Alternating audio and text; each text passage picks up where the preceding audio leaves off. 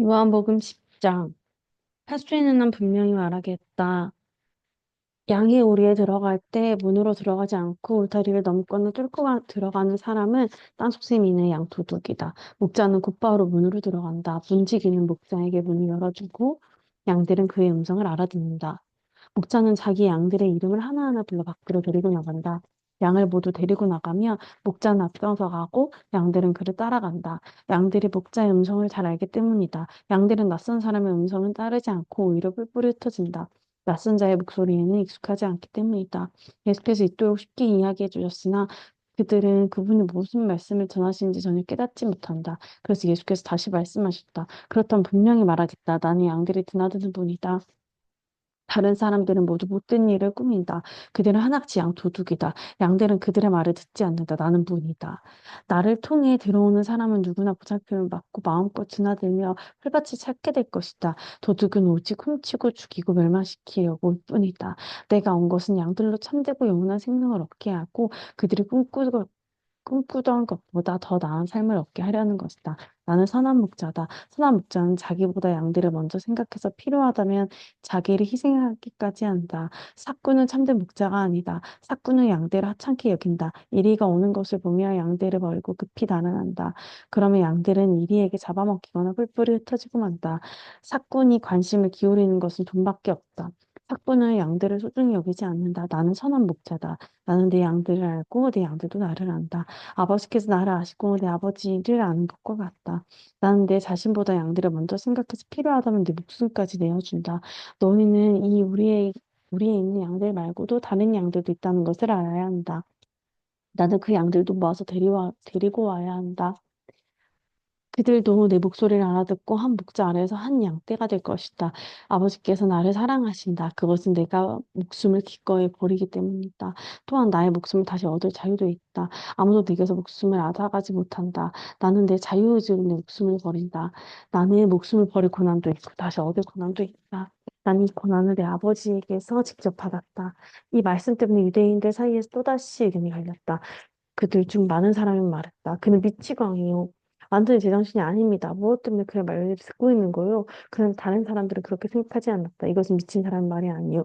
미친 거 아닌가? 눈먼 사람의 눈을 뜨게 할 수 있어. 바로 그쯤에 사람들이 예루살렘에서 하누카 성전 봉헌절을 지키고 있었다. 때는 겨울이었다. 예수께서 성전 안에 있는 솔로몬 회랑을 거닐고 계셨다. 유대인들은 그분을 에워싸며 말했다. 당신은 언제까지 우리를 충만하게 만들 작정이요? 당신이 메시아라면 속 시원하게 말해보시오. 예수께서 대답하셨다. 내가 말했지만 너희는 믿지 않는다. 내가 행한 모든 일은 내 아버지께서 인정해 주신 것이며 그것은 말보다 더 분명한 증거다. 너희가 나를 믿지 않은 것은 내 양이 아니기 때문이다. 내 양들은 내 목소리를 알아듣는다. 난 내 양들을 알고 내 양들은 나를 따른다. 나는 그들에게 참되고 영원한 생명을 준다. 그들에게서 파괴자의 손길이 결코 닿지 못할 것이다. 아무도 그들을 내 손목에서 뺏어나갈 수 없을 것이다. 그들은 내게 맡기신 아버지는 파괴자나 도둑보다 훨씬 크신 분이다. 아무도 그들을 내 아버지에게서 빼앗아갈 수 없다. 나와 아버지는 한 마음 한 뜻이다. 유대인들이 또다시 돌을 집어들고 예수를 치려고 했다. 예수께서 말씀하셨다. 난 아버지께로부터 온 많은 선한 일을 너희에게 선물로 주었다. 너희는 그 가운데 무엇 때문에 나를 돌을 치려고 하느냐? 유대인들이 말했다. 우리가 당신을 돌로 치려는 것은 당신이 행한 선한 일 때문이 아니라 당신 스스로 하나님이라 일컫는 신성모독죄 때문이요. 예수께서 말씀하셨다. 난 영감으로 기록된 너희 성경을 인용했을 뿐이다. 그 말씀에서 하나님은 내가 너희에게 말한다. 너희는 신이다라고 하셨다. 하나님께서 너희 조상을 신이라고 부르셨다. 성경은 거짓을 말하지 않는다. 그런데 왜 너희는 내가 하나님의 아들이라고 말했다는 이유만으로 아버지께서 거룩하게 구별해서 이 세상에 보내신 유일한 존재인 나에게 하나님을 모독하는 자, 하나님 모독하는 자라고 소리 지르는 것이냐? 내가 만일 내 아버지 일을 행하지 않는다면 나를 믿지 않아도 좋다. 그러나 내가 아버지의 일을 행하고 있다며 내가 내 자신에 대해 하는 말을 잠시 제쳐주고 바로 너희 눈앞에 일어나는 일만이라도 증거로 받아들여라. 그러면 너희는 이 모든 일을 한 번에 깨닫게 될 것이다. 우리가 같은 일을 하고 있을 뿐 아니라 같다는 것, 아버지와 아들이라는 것을 알게 될 것이다. 아버지가 내 안에 계시고 내 아가 아버지 안에 있다. 그들이 이번에도 예수를 잡으려고 했지만 그분은 그들의 손에 빠져나갔다. 예수께서는 다시 요단강 건너편 요한이 처음 세례주던 곳으로 가셔서 거기 머무르셨다. 많은 사람들은 그곳으로 예수를 따라왔다. 그들이 말했다. 요한은 기적을 하나도 행하지 못했지만 그가 이분을 두고 한 말 모두 사실이었다. 그때 거기서 많은 사람들이 예수를 믿었다. 어떤 사람이 병이 들었다. 그는 마리아와 그 자매 마르다가 사는 마을 베다니 나사로였다.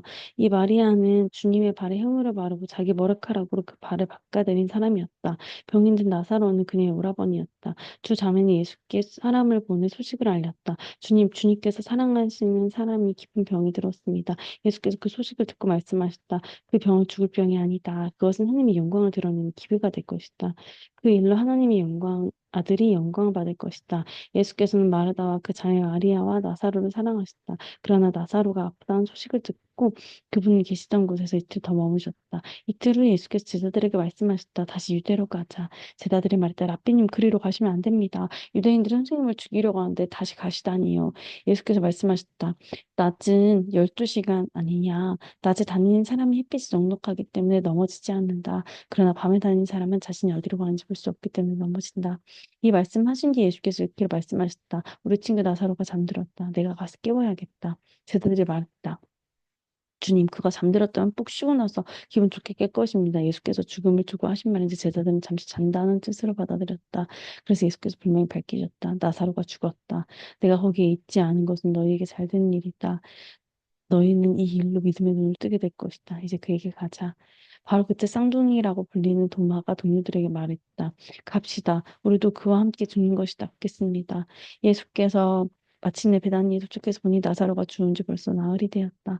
베다니는 예루살렘에서 몇 킬로밖에 떨어지지 않은 곳이어서 많은 유대인들이 마르다와 마리아를 찾아와 나사로를 잃은 그들을 위로하고 있었다. 마르다는 예수께서 오신다는 소식을 듣고 그분을 마중하러 나왔고 마리아는 집에 남아 있었다. 마르다가 말했다. 주님께서 여기 계셨다면 제 오라버니가 죽지 않았을 것입니다. 하지만 지금이라도 주님이 구하시면 하나님께서 무엇이든 들어주실 것을 제가 압니다. 예수께서 말씀하셨다. 내 오라버니가 다시 살아날 것이다. 마르다가 대답했다. 마지막 날 부활 때에 제 오라버니가 다시 살아날 것을 제가 압니다. 마지막 날까지도 기다리지 않아도 된다. 지금 이 순간에 나는 부활이요 생명이다. 나를 믿는 사람은 죽어도 살고 누구든지 살아서 나를 믿는 사람이 결코 죽지 않을 것이다. 네가 이것을 믿느냐? 믿습니다, 주님. 저는 주님 메시아이시며 이 세상에 오신 하나님의 아들이신 것을 처음부터 믿었습니다. 이 말을 한 뒤에 마르다는 동생 마리아에게 돌아가서 기조 말했다. 선생님이 오셨는데 너를 찾으시는구나. 이 말을 들은 마리아는 벌떡 일어나 예수께 달려갔다. 예수께서는 아직 마을에 들어가지 않으시고 마르다가 마중 나왔던 곳에 계셨다. 마리아를 위로하던 유대인 친구들은 그녀가 달려가는 것을 보고 그녀가 무덤에 가서 울는가 생각하고 따라 나섰다. 마리아는 예수께서 기다리고 계신 곳에 가서 그분 발 앞에 엎드렸다. 주님이 여기 계시기만 했어도 제 오라버니가 죽지 않았을 것입니다. 마리아도 마리아와 함께한 유대인들도 울었다. 그 모습을 보시며 그분 안에 깊은 분노가 북받쳐 올랐다. 예수께서 말씀하셨다. 그를 어디에 두었느냐? 사람들이 말했다. 주님 와서 보십시오. 예수께서 눈물 흘리셨다. 유대인들이 말했다. 보시오, 저분이 그를 얼마나 깊이 사랑하는지. 그들 가운데서 또 다른 이들이 말했다. 글쎄요, 저분이 그를 그토록 사랑했다면 왜 그가 죽지 않도록 손을 쓰지 않았을까요? 저분은 눈먼 사람의 눈을 뜨게 해주신 분이지 않습니까? 예수께서 무덤에 이르렀을 때 그분 안에 다시 분노가 북받쳐 올랐다. 무덤은 산허리에 있는 소박한 굴인데 입구가 돌로 막혀 있었다. 예수께서 말씀하셨다. 돌을 치워라. 죽은 자와 누이 마르다가 말했다. 주님 이미 악취가 납니다. 죽은 지 나흘이 되었습니다. 예수께서 마르다의 눈을 들여다보며 말씀하셨다. 네가 믿으면 하나님의 영광을 볼 것이라고 내가 말하지 않았느냐. 결국은 어서 돌을 치워라 하고 다른 사람들에게 명하셨다. 사람들이 돌을 치우자 예수께서 하늘에 우러러보며 기도하셨다. 아버지 내 말을 들어주시니 감사합니다. 아버지께서 언제나 들으신 것은 내가 압니다. 그러나 내가 이렇게 말씀드린 것은 여기에서 서 있는 이 사람들 때문인데 아버지께서 나를 보내신 것을 저들로 믿게 하라는 것입니다. 그런 다음에 예수께서 큰 소리 치셨다. 나사로야 나오너라. 그래서 나사로가 나왔다. 머리에서 발끝까지 천으로 감싸고 얼굴은 수건을 덮은 시신의 모습이었다. 예수께서 그들에게 말씀하셨다. 마음대로 묻힌 기계 그를 풀어주어라.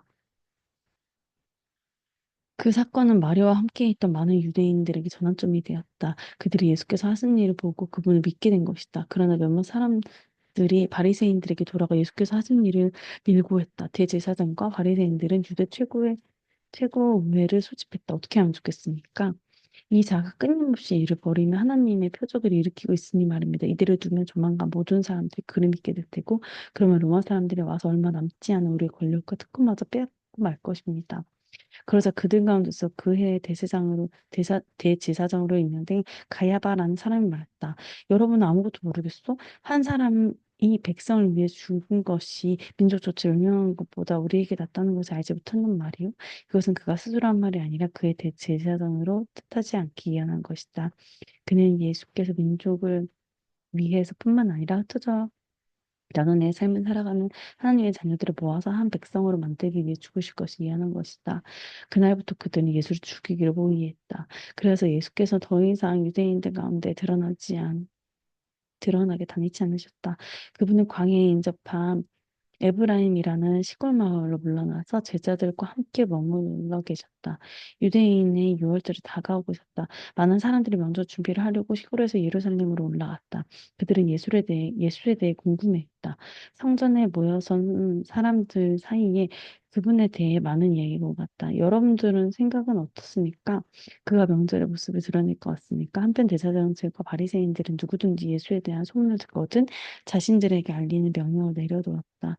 그들은 예수를 붙잡을 마음만을 태세를 갖추고 있었다. 12장. 6월절 엿새 전에 예수께서 베다니로 돌아가셨다. 그곳에는 얼마 전에 죽은 자 가운데 사는 나사로가 살고 있었다. 나사로와 그의 누이들이 자신의 집에서 저녁 식사를 하자고 예수를 초대했다. 마르다는 시중을 들고 나사로는 예수와 함께 식탁에 앉아 있었다. 마리아가 아주 값비싼 향 한 병을 가지고 들어와서 예수의 발을 붓고 자기 머리카락으로 그의 발을 닦아드렸다.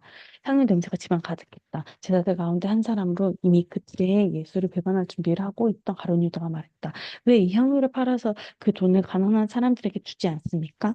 팔면 음악 300은 충분히 받을 텐데 이렇게 말한 것은 그 가난한 사람들 생각해서가 아니라 도둑이었기 때문이다. 그는 일행의 공금을 받고 있었는데 그것을 빼돌리기도 했다. 예수께서 말씀하셨다. 그 여자를 가만히 두어라. 그 여자는 내 장례식을 내다보고 예를 표한 것이다. 가난한 사람들은 너희와 항상 함께 있지만 나는 너희와 항상 함께 있는 것이 아니다. 예수께서 다시 마을에 오셨다는 소문이 유대인들 사이에 퍼졌다. 사람들이 예수뿐만 아니라 죽은 자 가운데 살아난 나사로도 보려고 몰려왔다. 대제사장들은 나사로를 죽이기로 모의했다. 나사로 때문에 많은 유대인들이 예수를 믿었기 때문이다. 이튿날 명절을 지키러 와 있던 많은 무리가 예수께서 예루살렘에 들어오셨다는 말을 들었다.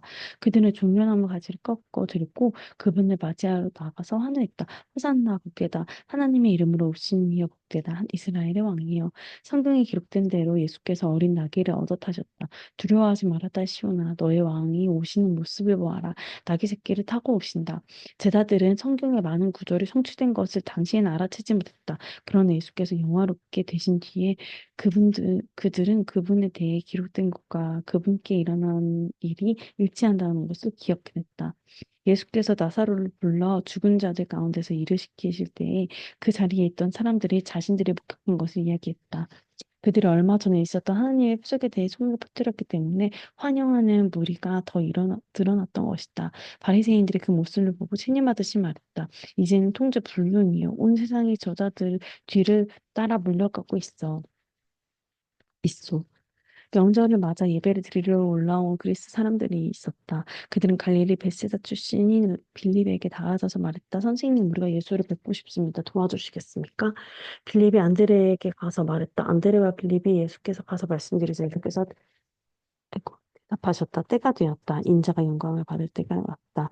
잘 들어라. 미랄 하나가 땅에 묻혀 완전히 죽지 않으면 하나 그대로 남아있다. 그러니 미랄 하나가 땅에 묻혀 죽으면 싹이 나서 몇 배의 열매를 맺는다. 마찬가지로 누구든지 현재의 목숨을 집착하는 사람은 그 목숨을 잃을 것이다. 그러나 앞뒤 재지 않는 사랑으로 그 목숨을 버린 사람은 참되고 영원한 생명을 얻게 될 것이다. 너희 가운데 누구든지 나를 섬기려는 사람은 나를 따라오너라. 나를 섬기는 사람은 내가 있는 곳에 있게 될 것이다. 누구든지 나를 섬기는 사람은 아버지께서 높여주시고 상 주실 것이다. 내 마음 몹시 흔들리고 있다. 그러니 내가 무슨 말 하겠느냐? 아버지, 나를 여기에서 벗어나게 해주십시오라고 말해야 하겠느냐? 아니다. 난 처음부터 이것 때문에 온 것이다. 나는 아버지의 영광을 드러내 보이십시오라고 말하겠다. 그런 하늘에서 음성이 들렸다. 내가 이미 영화롭게 했고 앞으로도 영화롭게 할 것이다. 그 소리를 들은 무리가 말했다. 천둥 소리다. 다른 사람 말했다. 천사가 이분께 말한 것이다. 예수께서 말씀하셨다. 이 음성은 나를 위해서가 아니라 너희를 위해서 들린 것이다. 지금 이 순간에 세상은 위기에 처해 있다. 지금 이 세상의 통치자인 세상이 쫓겨날 것이다. 그리고 내가 이 땅에 들며 올라갈 때 나는 모든 사람을 이끌어서 내 주위로 모을 것이다. 예수께서 이렇게 말씀하신 것은 자신이 어떤 죽음을 당할지 보여주시려는 것이었다. 우리 가운데 대답한 소리가 들려왔다. 우리는 하나님의 율법에서 메시아가 영원히 계신다고 들었습니다. 그런데 선생님은 인자가 들려야 한다고 하시니 어째서 그래야 합니까? 예수께서 말씀하신 인자가 누구입니까? 예수께서 말씀하시되 빛이 너희 가운데 있는 것 30분이다. 빛이 너희 가운데 있는 동안 다녀라. 그래서 어둠이 너희를 멸하지 못하게 하여라. 너희가 어둠 속에서 다니면 자신이 어디로 가는지 알지 못한다. 빛이 너희와 함께 있는 동안 그 빛을 믿어라. 그러면 그 빛이 너희 안에 있으면서 그 삶의 속속에 비춰줄 것이다. 너희는 빛의 자녀가 될 것이다. 예수께서 이 모든 말씀하시고 나서 몸을 숨기셨다. 예수께서 이 모든 하나님의 표적을 보여주셨지만 그들은 받아들이지 않았고 그는 신뢰하지 않았다. 이 일로 예언자 이사야 말이 옳다는 것이 확인되었다. 하나님, 우리가 전한 말을 누가 믿었습니까? 하나님께서 팔을 뻗어 행하시려고 하시건만 누가 그것을 알아보았습니까? 처음에 그들은 믿으려고 하지 않았고 나중에 믿을 수도 없었다. 이 또한 이사야가 말한 것과 같았다. 그들의 눈은 멀었고 그들의 마음은 완고해졌으니 이는 그들이 눈으로 보고 마음으로 깨달아서 나 하나님께로 돌아와 내게 고침을 받지 못하게 하려는 것이었다. 이것은 이사야가 메시아를 통해 폭포수처럼 쏟아진 하나님의 빛을 스치듯 보고 나서 한 말이다. 한편 지도자들 가운데서 상당수가 믿었다. 그러나 바리새인들 때문에 자신의 믿음을 밖으로 드러내지 않았는데 회당에서 쫓겨날까 봐 두려웠기 때문이다. 그들은 믿는 순간에 하나님의 영광보다는 사람들의 인정을 받는 것에 더 신경 썼던 것이다. 예수께서 이 모든 말씀의 결론을 이렇게 외치셨다. 누구든지 나를 믿는 사람은 나를 믿는 것이 아니라 나를 보내신 분을 믿는 것이다. 누구든지 나를 보는 사람은 사실은 나를 보내신 분을 보는 것이다. 나는 이 세상에 온 빛이다. 내가 온 것은 나를 믿는 모든 사람들이 더 이상 어둠 속에 머물지 않게 하려는 것이다. 만일 누가 내 말을 듣고 진지하게 받아들이지 않는다 해도 나는 그를 심판하지 않는다. 나는 세상을 심판하기 위해 온 것이 아니라 세상을 구원하기 위해 왔다. 그러나 나를 회피하고 내 말을 받아들이지 않는 사람은 스스로 심판을 받기를 선택하는 것이다. 육신이 된 그 말씀, 내가 너희에게 말했을 뿐 아니라 바로 나 자신에게도 한 그 말씀이 너희에게 운명을 결정할 말이다. 그 말씀 가운데 어느 것도 내 마음대로 지어낸 것이 없다. 나를 보내신 하나님께서 내가 무엇을 말하고 어떻게 말해야 하는지를 지시해 주셨다. 난 하나님의 명령이 어떤 의미를 갖는지 정확히 안다. 그것은 참되고 영원한 생명이다. 내가 할 말은 이것이 전부다. 아버지께서 내가 말씀하신 것을 나도 너희에게 말한다. 아멘.